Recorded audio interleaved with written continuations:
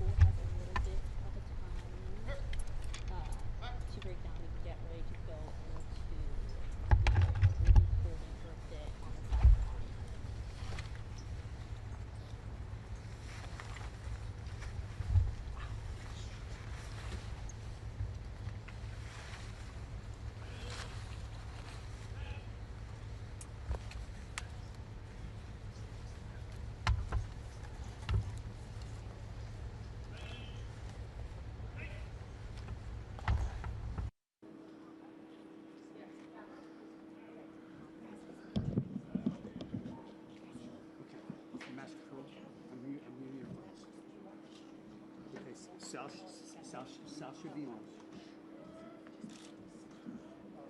You can stay here if you want.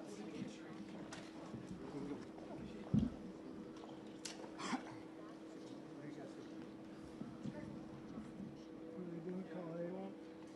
What's that? They doing a colonnade one? Yeah. So I'm just gonna sit here, pick them up here.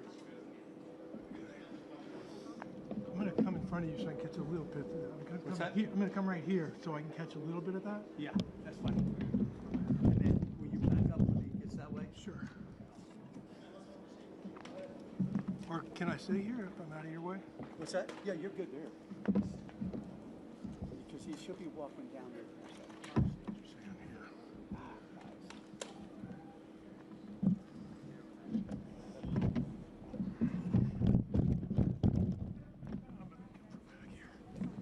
What's that? I know I'm it's just trying to. no matter what you're damaged, you go Yeah, You guys want to come up closer? They're going to be in your shot. You guys want to come up here? everybody's in the shot. Do you want to go over there? I just Well, thought, what then is I'll this never shot? get back here for Yeah, this. I What mean, is this? we prefer to pick up. I'm going to pick it up right here. Okay, that's Coming fine. Yeah, that's fine. Whatever. And then you're going to back up this, right? I am. Okay, awesome. Thanks, bud.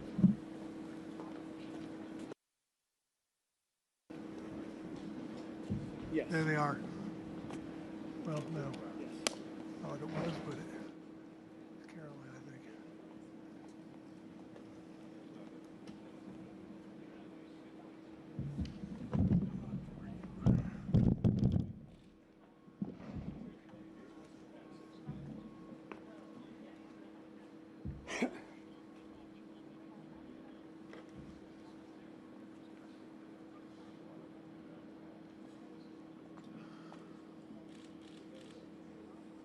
Yeah. Yeah, there's no mark.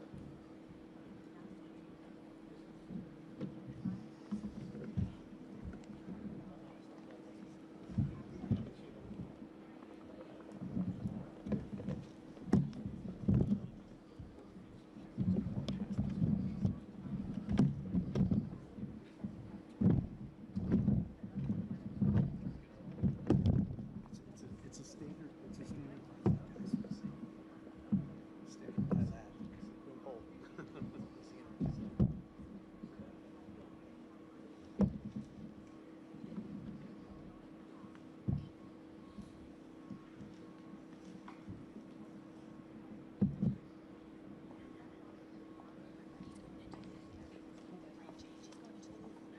No? Not, yeah, he's going to walk down. Yeah. Right. Not me, yeah. Yeah. Yeah. Are you saying they're not going to stop? They're probably not stopping here. We can stop.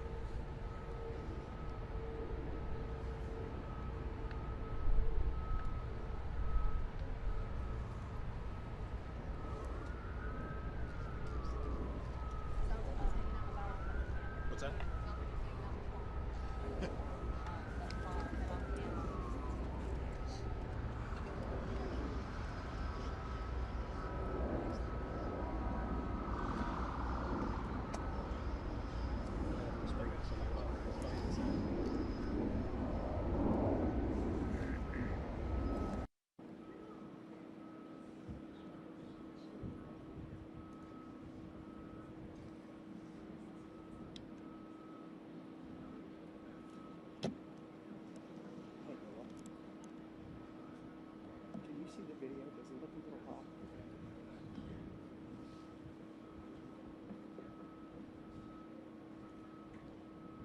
Me too.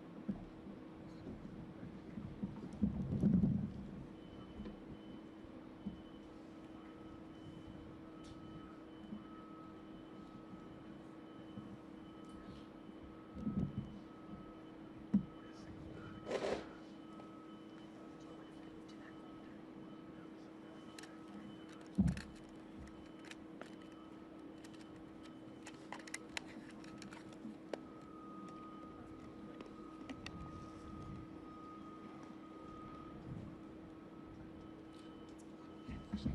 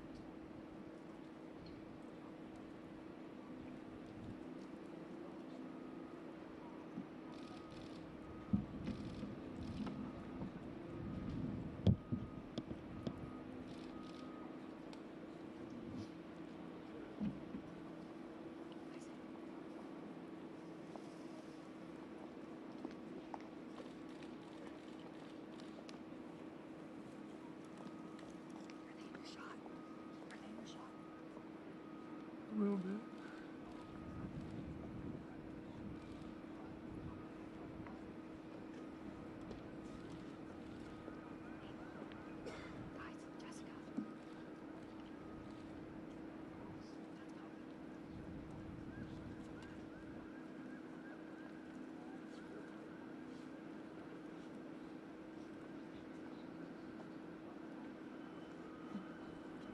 Now she's in my shot.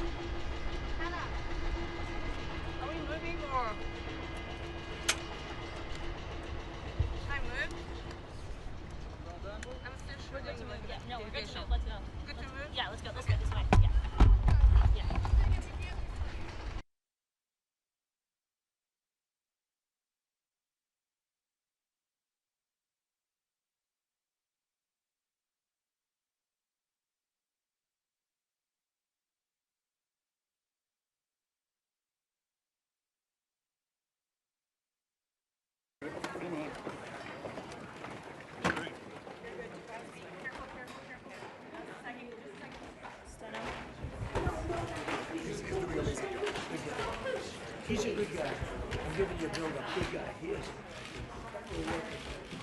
Yes, definitely. Good to see you. Your performance. That's an easy one. And you know, what I think are great personalities in the world of sport. Not spending any money.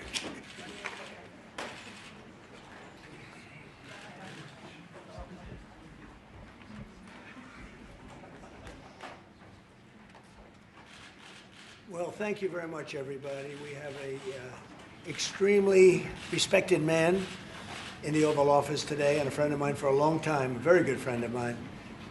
And I'm very proud of the job he's done. What he's done is incredible in terms of human rights and everything else. And he's the Crown Prince, the future king, and I just want to pay my greatest respect to your father, the king, who is an amazing man. I met him early on. He greeted me at the airport at an age that was pretty high up there, and it was about 117 degrees, and he was standing on the red carpet as I came out of the plane. And he's amazing. And when I met his brilliant son, it was at the Oval Office. Shortly thereafter, you came in representing the country, and I called the father. I said, "This guy is fantastic." And I don't know if that helped you or hurt you, but obviously it couldn't have hurt too much, because here you are, right?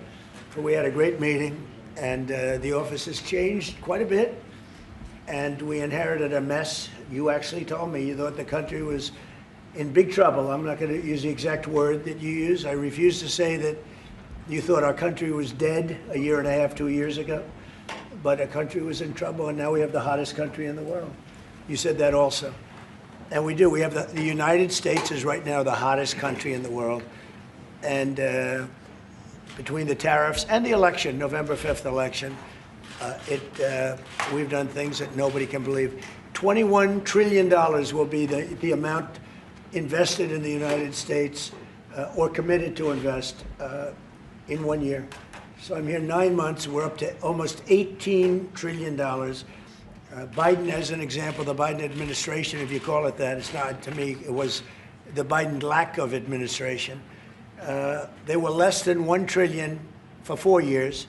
We're going to be $21 trillion for 1 year. I think that's hard to believe. The biggest in history was a certain country, $3 trillion. We're going to be $21 trillion. On top of that, prices are coming down. We inherited a mess with high prices.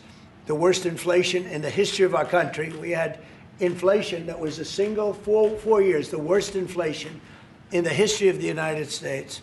Gas prices through the roof, and that's after destroying our petroleum reserve, which was meant for wars and big emergencies, not to try and win an election. They opened up the reserve so that people get $3 less in gasoline, and it didn't work. They got about 3 cents less. Because as big as those reserves are, they're peanuts when you're talking about that kind of traffic. And we're rebuilding the reserves. We're doing all of this, and we've done a job. We're also bringing down prices very substantially, and we've already brought them down very, very substantially. Gasoline is way down. I think you'll be seeing $2 gasoline, but we're now at $2.50, $2.45. Some are lower than that.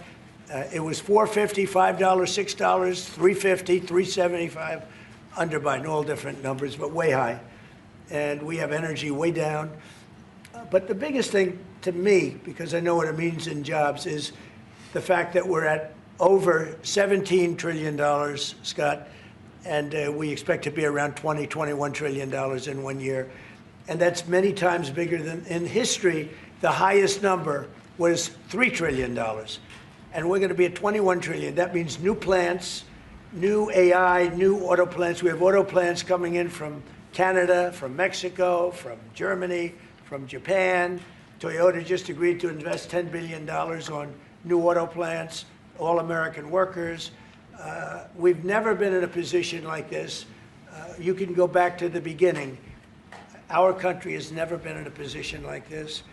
And it really is because of the fact that we use tariffs to bring all this money in. And you're going to see the results in a year when these plants start to open up. We have more plants under construction now than at any time in the history of our country. And these are big plants. These are the biggest plants anywhere in the world. And I want to thank you because you've agreed to invest $600 billion into the United States. And because he's my friend, he might make it $1 trillion, but I'm going to have to work on him. But it's 600. We can count on 600 billion, but that number could go up a little bit higher, yes, sir. I don't know. We'll see. But we appreciate it very much. So Saudi is going to be investing at least $600 billion, and that means investments in plants, in companies, money on Wall Street, and what it really means for everybody that really counts is jobs, a lot of jobs. We have a lot of jobs. So I just want to thank you. We've been really good friends for a long period of time. We've always been on the same side of every issue. I think we've done a great job in wiping out the nuclear capacity of Iran. Nobody else could have done that. No other president would have done it. We had the pilots in the Oval Office right here. We were celebrating a very successful attack. So I had them in with that beautiful B-2 bomber that's over there. And they said, sir, for 22 years, we practiced this attack. Our predecessors, these were very young guys, so 22 years, they said our predecessors and us practiced the attack on Iran, but no president ever gave us the go-ahead. 3 times a year they went out and they practiced the attack. Nobody let us do it until you came along, and I let them do it because it was the right thing to do. You can't have a nuclear Iran. And so we put you in a very good position. But I just want to say it's an honor to be your friend, and it's an honor that you're here. And if you'd like to say a few words, but thank you very much. Well, thank you, Mr. President. This relation has been a relation for about 9 decades, and we've been working together for a long time. But today it's a very important time in our history because there is also a lot of things that we're working on in the future. We believe in the future of the United States of America. We believe in what you're doing, Mr. President, really creating a lot of good things and good foundation to create more economic growth, more business in America. And it will also your work for the world peace. I believe, Mr. President, today and tomorrow we're going to announce that we are going to increase that $600 billion to almost $1 trillion of investment, real investment and real opportunity by details in many areas. And the agreement that we are signing today in many areas in technology, in AI, in earth materials, magnet, etc., that will create a lot of investment opportunities. So you are doing that now. You're saying to me now that the $600 billion will be $1 trillion. Definitely, because what we are signing, it will facilitate that, and we I like will that build very on much. it. Go ahead. He works hard. No, that's great. I appreciate that. That's great. We're doing numbers that nobody's ever done. And in all fairness, if you didn't see potential in the U.S., you wouldn't be doing that. Definitely. You don't want to lose money. As you said, Mr. President, it's the most hottest country in the planet. But what you're creating is not about opportunity today. It's about also long-term opportunity in the United States of America that will affect American economy positively in the next coming decades, preparing the right foundation of emerging technologies. That's a game changer for America in a good way, and we want to be part of it. Yeah, we're doing really well. And this, you don't see what we're doing so much because we have, although the construction industry sees it. If you look at Caterpillar, who's been incredible, the tractors, everything else, the numbers that we're doing in construction are unbelievable. Some of the plants that we're building, AI, and they're building their own electric with the plant. I gave them the right to build their own electric with the plant because no country, frankly, will have this. China's working very hard to produce enough electric, but we're beating China substantially at AI, which is a big thing. And we had a great meeting 2 weeks ago with President Xi, but on AI, we're doing well. And I have a man, David Rommel. Yes, sir. David, could you say a few words about what you're seeing on the job front and all of the, some of the assets, and also how we've been helped by the Saudis in terms of the kind of investment they've made, please. Yeah, most certainly. Thank you for the opportunity. I am a facility leader for GE Vernova, and if you look at the landscape for GE Vernova investment, over $750 million in the U.S. focused on true manufacturing jobs here stateside. We're looking at tripling the output of our Greenville, South Carolina facility, where we make the gas turbines that are supporting U.S. needs as well as the Saudi Arabia needs. Right. So real jobs, $300 million in gas investment, resulting in over 500 pieces of new equipment being installed in the Greenville, South Carolina facility. That translates into roughly 1,800 jobs across the board for GE Vernova as we try to scale capacity to be able to meet this demand. Along with that, we're partnering with local communities to build the skill set that's required to meet these capacity needs. So that talent pipeline is incredibly important. So it's real jobs in the manufacturing space. Well, you've been great, and thank you very much. And we love that state. I won that state by record numbers. I won a lot of states by record. Texas, a lot of them by Indiana.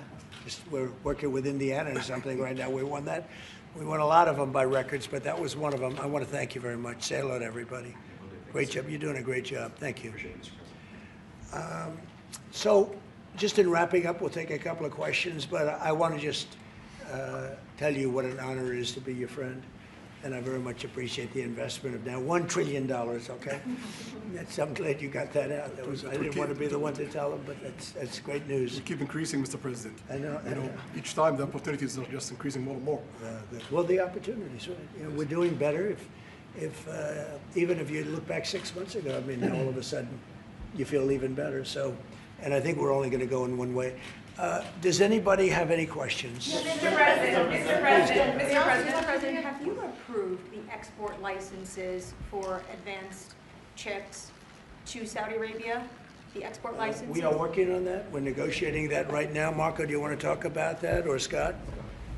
Yeah, well, I mean, that's part of, we may have announcements on that later today, but that's what we've been working on is the mechanics by which something like that could be achieved, and it's part of the broader process, part of this broader engagement and cooperation between our two countries. Certain levels of chips. Yeah. And for the Crown Prince, Your Royal Highness, you're talking about $1 trillion of investment. Could the kingdom continue to do that with oil prices in the mid-60s? We are not creating a fake opportunities to, please America, please President Trump. It's real opportunities. For example, when you ask about the AI and the chips, Saudi Arabia have a huge demand a huge need of computing power, and we're gonna spend in the short term around $50 billion by consuming those semiconductors for our needs in Saudi Arabia. And with the agreement that we're gonna have with South America, that will allow us to focus that consuming power in the short term by $50 billion from the South America, and long term with hundreds of billions of dollars in the long term. So there's a lot of real opportunities that fit to our need in Saudi Arabia and fit to our investment strategy. Mr. President, is it appropriate, Mr. President, for your family to be doing business in Saudi Arabia while you're president? Is that a conflict of interest? And Your Royal Highness, the U.S. intelligence concluded that you orchestrated the brutal murder of a journalist. 9/11 families are furious that you are here in the Oval Office. Why should Americans trust you? And the same to you, Mr. President. Now, who are you with? I'm with ABC News, sir. You're with who? ABC News, sir. Fake news, ABC fake news, one of the But the worst, question is one of the legitimate, worst sir. in the business. But I'll answer your question. Thank you. I have nothing to do with the family business. I have left, and when I've devoted 100% of my energy. What my family does is fine. They do business all over. They've done very little with Saudi Arabia, actually. I'm sure they could do a lot. And anything they've done has been very good. That's what we've done. We've built a tremendous business for a long time. I've been very successful. I decided to leave that success behind and make America very successful.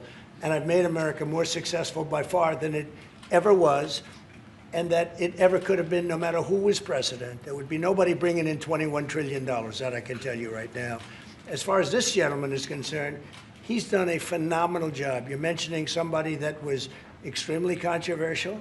A lot of people didn't like that gentleman that you're talking about. Whether you like him or didn't like him, things happen. But he knew nothing about it, and we can leave it at that. You don't have to embarrass our guest by asking a question like that. Okay, since you asked, Mr. President, please, go. you allow me to answer. I feel painful about families of 9/11 in America, but we have to focus on reality. Reality based on CIA documents and based on a lot of documents that Osama bin Laden, he used Saudi people in that event for one main purpose, is to destroy this relation, to destroy the American-Saudi relation. That's the purpose of 9/11. So whoever buying that means they are helping Osama bin Laden's purpose of destroying this relation. He knows that strong relation between America and Saudi Arabia, it's bad for extremism, it's bad for terrorism. And we have to approve him wrong and to build our relation, continue developing our relation. It's critical in the safety of the world. It's critical against extremism and terrorism. About the journalists, it's really painful to hear, anyone that been losing his life for, no real purpose or not in a legal way. And it's been painful for us in Saudi Arabia. We've did all the right steps of investigation, etc. in Saudi Arabia, and we've improved our system to be sure that nothing happened like that, and it's painful and it's a huge mistake, and we are doing our best that this doesn't happen again. Mr. President, Thank you, Mr. President. The Crown Prince has been instrumental in helping lifting the sanctions on Syria. Will there be any joint investment between the U.S. and Syria? And will you visit Damascus? Are you from Syria? No, but Where are you from? I'm from Palestine. Oh, you're making a lot of progress, huh? Very good. Well, they like me. The Palestinians like me. The Palestinians are doing very well, actually. I think we're working very closely with a lot of people to make everybody happy, including Israel, the Palestinians, and everybody. That's very interesting. No, I think that I will tell you, the Crown Prince called me, and he specifically asked me if I would lift the sanctions on Syria, because he wants to see Syria make it. As you know, the leader of Syria was just here, and we had a great meeting, and he's a strong guy, and I guess you need a strong person to run it. And I think Syria's made tremendous progress. And we did lift the sanctions at the request of the Crown Prince. Also, the president of Turkey, Erdogan, called me specifically. He said, if you don't lift the sanctions, Syria doesn't have a chance. If you do, they have a very good chance. And between the two of them and some others, I lifted the sanctions. And the results so far have been pretty good. Mr. President, can I ask you a question about the F-35s that are being sold to Saudi Arabia? Are these the same ones that are being used by the Israeli military? And if so, how does that allow for the qualitative military edge for Israel? And then I want to ask you, because you brought up the plight of the Palestinians, are you aware of relocation flights to South Africa that are taking place right now? Which flights? There are relocation flights that are taking place. Some Palestinians are being charged up to $2,000 a seat. I'm not going to South Africa for the G20 because I think their policies on the extermination of people are unacceptable. So I'm not going, so I won't refer to anything having to do with South Africa. South Africa has behaved extremely badly. But I will say that when you look at the F-35 and you're asking me, is it the same? I think it's going to be pretty similar, yeah. How will that This affect? is a great ally, and Israel's a great ally. And I know they'd like you to get planes of reduced caliber. I don't think that makes you too happy. They've been a great ally. Israel's been a great ally. And we're looking at that exactly right now. But as far as I'm concerned, I think they are both at a level where they should get top of the line. Yes, please. Can I just quickly ask for the Crown Prince, if I could just ask about the direct talks between U.S. It's all right. Steve, 1 second. Go ahead. Have you reached an agreement on a U.S.-Saudi defense treaty today? And are you going to bring up the Abraham Accords in your discussion? I already brought them up. What did you say? I think I got a positive response. Would you like to respond? Yeah, so put you on the spot. yeah, so definitely we believe having a good relation with all Middle Eastern countries, it's a good thing, and that we secure a clear path of two-state solution. And today we have a healthy discussion with Mr. President that we're going to work on that to be sure that we can prepare the right situation as soon as possible to have that happen. I think we're, I don't want to use the word commitment, but we've had a very good talk on the Abraham Accords. We talked about one state, two state. We talked about a lot of things in a short period of time. We'll be discussing it further, too. But I think you have a very good feeling toward the Abraham Accords. Yes, definitely, Mr. President. We want peace for the Israelis. We want peace for the Palestinians. We want them to coexist peacefully in the region. And we will do our best to reach that day. And the defense agreement, have you reached agreement on that? We pretty much have. Question for the Crown Prince, if I could just finish. We have reached agreement on that. Okay. I wanted to ask you about the direct talks between the United States and Iran. Have you been fully briefed on that, and are you concerned at all about how this might impact Saudi security interests? Well, we are close ally. We'll be working closely together on that issue, and we will do our best to help to reach a deal between the United States of America and Iran. And we believe it's good for Iran's future to have a good deal that will satisfy the region and the world and the rest of America. So we will do our best to see that they happen. And by the way, Iran does want to make a deal. I can say I think they very badly want to make a deal.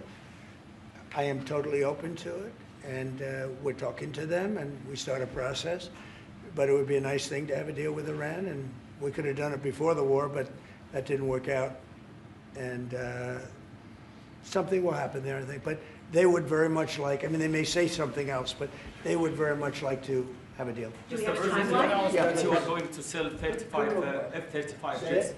You are planning. You said you are planning to sell the F-35 jets to Saudi Arabia. Yeah. Is it part of the security agreement? And how you assess the defense partnership between Saudi Arabia and the United States? And the question for Well, no, I just said it, though. I mean, we're going to sell them F-35s. That's the end of the question, I guess. Is it part of the security agreement or no?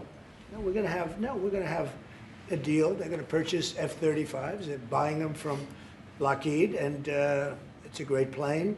We make, by the way, the best military equipment. You saw that during the Iran little skirmish. We make the best planes, the best missiles. We make the best offensive missiles. We make the best military equipment in the world. Nice.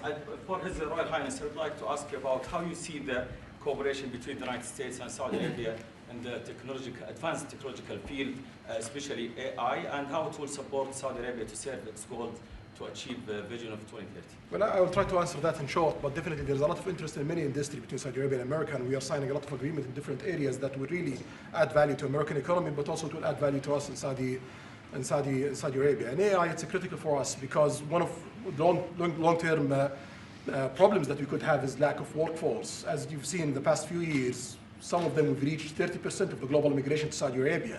So we know that to assure the Saudi Arabia GDP growing with the lack of workforce that we have, we need to use a lot of computing power to replace job in the long term. So that's huge demand in Saudi Arabia, and we want to link it to American private sectors and getting the supply from America. So there's a lot of opportunities in that area. And we're also involved in AI in Saudi Arabia. So we're working, and we're leading by a lot on AI. Actually a lot. China would be in second place, but we're leading by a lot. And I have to say this, and our relationship with China has been very good. And as far as buying our farm products, they're pretty much on schedule, Scott. I'd like you to call them, say if they could speed it up, it would be good. Okay, but they're pretty much on schedule. Saudi Arabia, please. If I may, I have a question for both the Crown Prince and Who are you? Where are you from? Faisal Abbas from Arab News, Saudi Arabia, Your Excellency. It should be a friendly question. Your Royal Highness, just picking up on something you just mentioned about how some people try to destroy the relationship between Saudi Arabia and the United States. Perhaps, since the launch of the vision, we've been used to having the bigger picture and that everything fits into the bigger picture. Might you want to elaborate a little bit about where is the relationship, the bilateral relationship, the strategic partnership between Saudi Arabia and the United States heading, and what's the big picture there? Well, I don't think it's a relation that we can replace it from the Saudi side or the American side. It's a critical relationship for our political attempt, for our economical attempt, for our security, for our military, for many things. And it has been there for 9 decades, and the opportunities that we have today, it's huge, and it seems that it's going to get deeper in the next few decades. And what we are having today and tomorrow with President Trump, it's really a huge new chapter on this relation that will add value to both of us. When you think about it, I'm just sitting here. You're with the future king, a man who's respected by everybody, a man that doesn't have to be doing this, really. I don't have to be doing it either. And yet we're sitting here taking questions, we didn't say, oh, you can't talk about this. And there's never been transparency like this, even in his country, but there's never been, in our country, that's been acknowledged. But We didn't put restrictions, and I'm saying it's sort of wonderful to be taking questions from all over the world. Everybody's here. This is just a small group representative of tremendous numbers of media that are outside, that are very jealous that these people were so selected. But they're representing a lot of people that are outside. I think it's terrific that we can be sitting here being this open, and, you know, I think it's really a wonderful thing. If you don't mind, I have a personal question for you, Mr. Okay, here we Mr. go. I should have President. said that. So apart from everything you mentioned in your opening remarks, you forgot to mention that you've de-escalated 7 wars since you started. At least in our part of the world, you are seen as a peacemaker. And adding that to all the executive orders and everything else you've mentioned, I really have to wonder, in your speech in Saudi Arabia, I was there, you said that His Royal Highness does not sleep at night thinking how he does things better. We wonder in Saudi Arabia, how do you manage your own time, and what's your formula for management? He does not sleep much, and I don't sleep much. I think we have the same schedule. We're thinking about our countries. And if you sleep a lot and you're president, we just had one that slept more than any president. He broke every record. He sleeps all the time, during the day, during the night, on the beach. The only guy could fall asleep on the beach with the press watching. No, he's not a sleeper. I'm not a sleeper. We don't. We talk at night. We can talk. I can call him almost any time. He goes, "Hi, how you doing?" It's like at craziest times. But no, when you love your job, when you love your country, and when you're in a position like we are, future king, highly respected, crown prince, and in my case, president, you're thinking about your country. You're thinking about making America great again. We're thinking about keeping Saudi Arabia strong and vital, and in a pretty tough part of the world, tricky part, right? Tricky part, a lot of tricky people. But he thinks about his country, and I think about my country. I don't want to sleep. President Trump, do you expect a formal civil nuclear deal to be reached soon? Can you talk to us about that aspect With of who? with Saudi Arabia? I can see that happening. Do you think that an agreement will happen today? It's not urgent. You know, it's always when you have civil nuclear, but you have more oil than almost anybody else. We actually have more oil and gas than they do, but I refuse to say that. We have more than we have more than anybody. Can you imagine? And on the F-35s, are those sales? Israel had reportedly wanted those sales to be conditioned on Saudi Arabia moving to normalized relations. Israel will be happy. Israel is going to be happy. Condition of the F-35 Israel's deal? aware, and they're going to be very happy. Okay? Yeah, please. Hello. Hi, hello. My name is Amal Hazani from Sharq al-Awsat newspaper, from Riyadh, of course. I have a question for the Crown Prince and for you, Mr. President. Crown Prince of Saudi Arabia, how much you expected from developing the cooperation with the United States in the field of new energy, AI, supply chain? How much you expected from that? No limit. We just continue pushing forward. There's no limit. So we just push forward for all the opportunities that we have. You have to understand, this is really a great ally. Just the fact that they're now doing, I came in here at 6, I did not know that. I was pushing for the 1 trillion, but he didn't tell me that. Now he told me. This is a great ally of ours.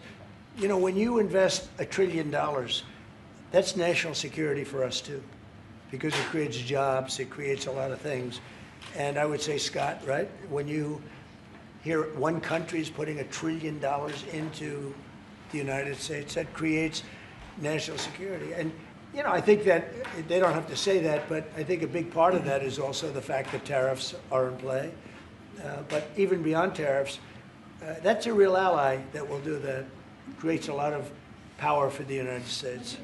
We are also in Saudi Arabia very happy because this much of Saudi money is functioned here, and of course it's come back for us for benefits. So it's complementary interest. So this is the I think what's different the friends and ally do. Well, look, I love the country of Saudi Arabia. I know the people very well. The level of treatment that we go when we go to Saudi Arabia is something that is incredible. And the people like us, and I think they really like America, especially when I'm president. I mean, I don't think they liked America so much maybe for 4 years recently. I think Obama treated Saudi Arabia very, very badly, as you know. And I think Biden didn't have any idea where the hell he was. I don't think Biden knew the difference. How would you describe the future relationship with Saudi Arabia? I mean, from the strategic aspects. How would you describe that? Say the relationship is with? Yeah, of economic. I would say politics top of the and line. relationship. It's as good as it can. I don't think it can get much better. We have a country that trusts us, and that's why they make that investment. If they didn't trust us, they couldn't make that investment. And we trust them. They've been very reliable. Now I rebuilt our military in my first term, and we spent trillions of dollars, and we gave away some of it in Afghanistan stupidly because we had stupid people running our country. But we gave away, but that's as much as it was. It's a tiny fraction of what we put here, and we're bringing our military to a new level, the highest level ever. We have those plants are going out, and again, it's all American jobs and everything, so it's good for a lot of reasons. But as far as Saudi is concerned, no, I don't think our relationship could be better. I don't think they had a great relationship under Biden, and I don't think they had a great relationship under Obama. But they have a great relationship under Trump. When we did the presidential Walk of Fame, you saw that, right? And we're walking, and I asked the Crown Prince, so outside of Trump, because I blow everyone away, who was the best president for Saudi Arabia? And you could, maybe, it's an interesting answer, I don't know. Roosevelt, who started it, which is a Democrat. And Reagan, he's one of the historical presidents that have close ties with Saudi Arabia. But we've worked with all presidents. Does Trump blow them all away? No, it's another league, Mr. President. Mr. President? And Trump doesn't give a fist pump. I grabbed that hand. I don't give a hell where that hand's been. I grabbed that hand. Remember Biden? He travels for 20 hours, gets out, and he gives a fist bump. No. When you get out of the plane and you got the future king and the man who's one of the most respected people in the world, you shake his hand. You don't give him a fist bump, right? We don't want to ask you about that, but I can't imagine you were thrilled. You were like a little bit surprised. He's a fantastic guy. You don't do that. Yeah, please. We're getting closer to the end of the year. Have you started the interviews for the Fed chair? Yes. Who have you interviewed? I think I already know my choice. Who is it? Well, I liked him, but he's not going to take the job. He refused. You like Treasury better, right? Much better, sir. So we are talking to various people. And frankly, I'd love to get the guy currently in there out right now. But people are holding me back. He's done a terrible job, hurting housing a little bit. The truth is, we've been so successful, we've blown past his interest rate stupidity. He's been wrong. That's why I call him too late. He's too late. Jerome Too Late Powell. He was recommended to me by a guy that made a bad choice. And it's too bad. But despite that, it's having very little impact because we have all of these things happening. But it has an impact on housing to a certain extent. He's a fool. He's a stupid man. But we have some very good people. Yes, sir. You'll be sitting down with them in the near future. And we have some surprising names, and we have some standard names that everybody's talking about. And we may go the standard way. It's nice to every once in a while go politically correct. But we have some great names. Steve, please. Have you talked to President Maduro of Venezuela yet? Are you still open to that? He wants to talk. Yes, sir. Yeah, I'm open to talk. I talk to everybody. But no, he wants to. They treated us very badly. They sent all of their prison population into the United States, and we're getting them out rapidly. But he sent all of his, and he sends drugs into the United States and other things. No, he treated us badly. He was dealing with a bad president, and he was able to get away. We have now, I think we have the strongest borders anywhere in the world. Nobody's coming in unless they come in legally. We've taken very weak borders where millions of people came in. For the last 6 months, I don't do these reports. They say 0 people have been able to come in. Is that pretty good? Mr. President, Congress to release the Epstein files? Why not just do it now? You know, it's not the question that I mind, it's your attitude. I think you are a terrible reporter.